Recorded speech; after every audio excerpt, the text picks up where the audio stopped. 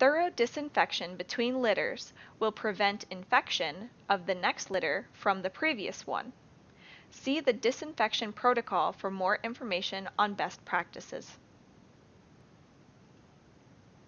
Heads up! The next two slides contain pictures of actual stool, worms, and parasites. Here are some photos of what you may see coming out of your kitten. Roundworms and hookworms look a lot like long, thin spaghetti noodles and can be found in vomit or more commonly in feces. You will still want to take a photo of it anyways to send to your foster coordinator. Tapeworms look more like wiggly grains of rice in the stool or dried up sesame seeds that you will find on the cat's bedding or around their anus. Tapeworms are caused by the ingestion of a live flea. Cats who had flea infestations will often have tapeworms a few weeks later. Not pictured are microscopic parasites Coccidia and Giardia. These are not worms, but rather microscopic parasites that cause all kinds of horrible soft or greasy stools and can cause severe dehydration if left untreated. They can be difficult to identify under a microscope, so sometimes more than one fecal sample may be required to get a diagnosis. While some kittens in your care will never experience sudden illness, the vast majority do, and we want you to feel prepared and supported when the unexpected happens. Consult the list of illness symptoms in your fostering manual to determine the nature of the sickness your cat or kitten might be experiencing. It is always important to triage the level of illness to make sure those animals who can be stabilized and wait for treatment are differentiated from those at risk of dying. Examples of illnesses that are urgent and not stable enough to wait more than 12 hours, 24 max, are animals who have been vomiting on and off for a day, have not been eating for 24 hours, have constant liquid diarrhea, stool score 7, characteristic of Pan-Luc, or have mouth ulcers like those from the Khaleesi virus, shown at right.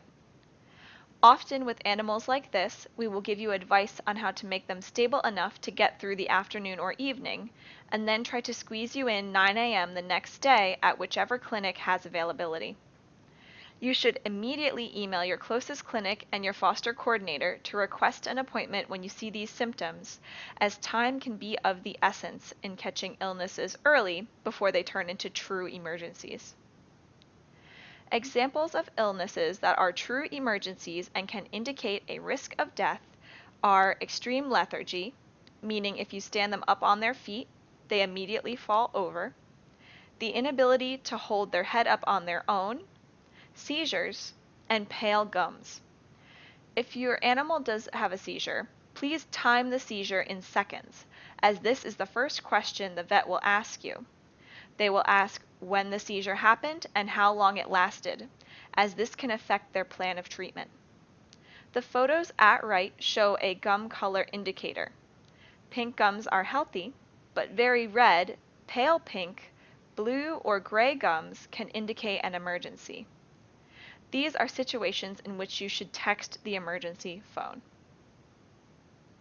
One of the most common and annoying illnesses that adult kittens and cats can get is ringworm. Ringworm is a fungus that thrives in moist, hot weather and is very active in the summer months, the same time as kitten season. Indicators of ringworm are hair loss that becomes patchy, crusty, scaly, red, and/or itchy. It is usually found on or around the eyes, ears, paws, and face of animals. Some photo examples of classic ringworm are here. It is considered annoying because it is easy to transmit between animals and humans, and it does take a little while to treat.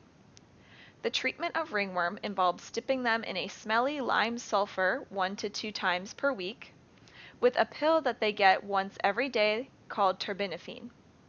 In order to determine if the fungus is completely killed off, cultures must be taken every 1 to 2 weeks that take 14 days to incubate until there are 2 negative cultures in a row. If you contract ringworm from your foster kitten, please consult your doctor. Most doctors will prescribe a cream to rub on it for a few weeks. Please be aware if you have ringworm, you can give it to other people and to other animals. During this treatment, they cannot get fixed or have any surgeries, delaying the time they are ready for adoption by about 6 weeks. Early detection is key.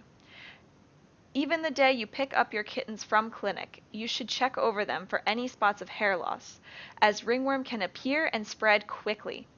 Better safe than sorry. If you want to learn more about the process of treating ringworm, we recommend you watch this video, made by a non-PAWS veterinarian. You will begin to sense a common theme with kittens. Diarrhea, vomiting, and lack of appetite indicate illness, and you should let your foster coordinator know. The vast majority of animals with these illnesses can make full recoveries once put on supportive medications and care. Two of the most common viruses we see are Callice and Pan-Luc, which is very similar to parvovirus in dogs. Callice causes mouth ulcers that make eating or even having their mouth closed very painful, so that the cat will stop eating and often shows excessive drooling. The major source of Callice transmission is secretions from the nose, eyes, or mouth. This is particularly important for the kittens who appear to just have colds, as their sneezes will carry Callice even if they are not showing dangerous symptoms. The other common virus is panleukopenia, which is primarily transmitted through feces and social grooming that may cause the ingestion of feces. And it's a persistent virus that causes severe dehydration and lack of appetite in the form of diarrhea and sometimes vomiting. It lives on surfaces for a long time and preys on kittens with weak immune systems, so it may be a good idea to take a regular vaccinated adult cat foster after a litter with Pan-Luc before taking another young litter of kittens. Treatment usually includes fluids and/or Pedialyte to combat the dehydration caused by watery stool. While it does not happen often, every once in a while a foster kitten does not make it. Sometimes illnesses are treatable, but for those kittens who die, often they are not due to a condition known as failure to thrive. This phrase is used as a catch-all term to describe a kitten who is declining without a true cause known. Sometimes this could be because their immune system is too weak, or because they are too young to survive medication, or even because an organ did not form properly in the womb. It is important to recognize that sometimes we can do everything right, and the kitten will still die. While we hope you never experience this, we do want to emotionally prepare you that sometimes this happens, and as long as we try our best, that is all we can do. The rest is up to them. Similar to hospice animals, we have experienced staff members who can help counsel you through any difficult fostering experiences. Let's talk about facilitating the healing process to support cats and kittens receiving medication. Even when cats and kittens have minor illnesses like kitty colds, the stuffiness can make them not want to eat. No animal should be force-fed at any time unless directed by staff. Offering a variety of foods can help get them motivated to eat again. Sometimes cats really want to eat and are very hungry, but they won't because they are feeling nauseous. Signs of nausea include cats who are very interested in food but won't actually eat, and are maybe licking their lips and salivating but not actually taking a bite. A vet may opt to prescribe an anti-nausea medication and appetite stimulant in some cats who have this in addition to their URI symptoms. Steam, such as from a humidifier or even the mist after a hot shower, can significantly improve a sick cat or kitten's congestion, encouraging them to eat. Offering food from a spoon so that they do not need to move very much to eat can be helpful in very weak, sick animals.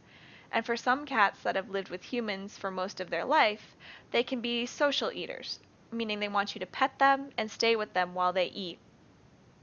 Once your mom or your kittens have their spay-neuter dates, it is time to start promoting them for adoption. To help your foster animal find a home, you will need to send promotional materials for their online profile. You will send in at least 4 in-focus photos with a short video clip in bright, natural light. These materials can be emailed to petbinder@phillypaws.org, and copy your foster coordinator.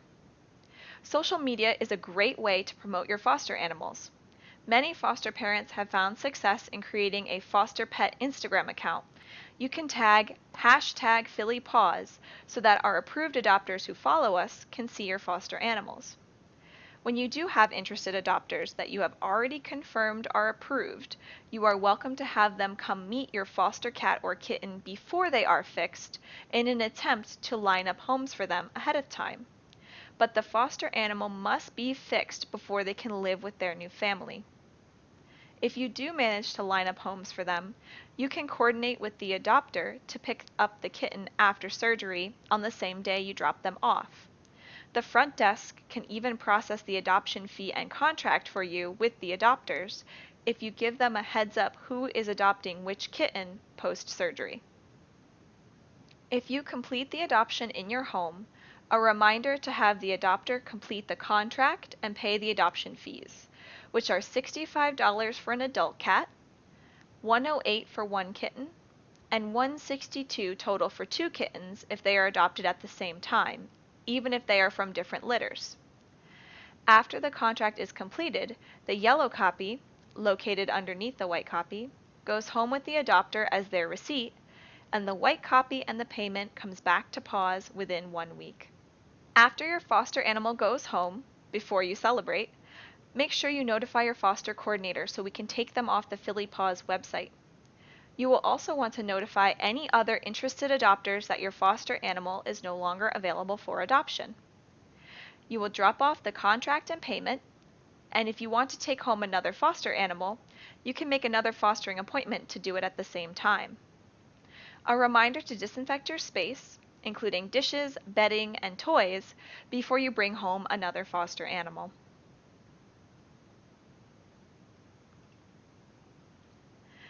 We appreciate your attention, and if you have any questions from this specific orientation, feel free to email your foster coordinator.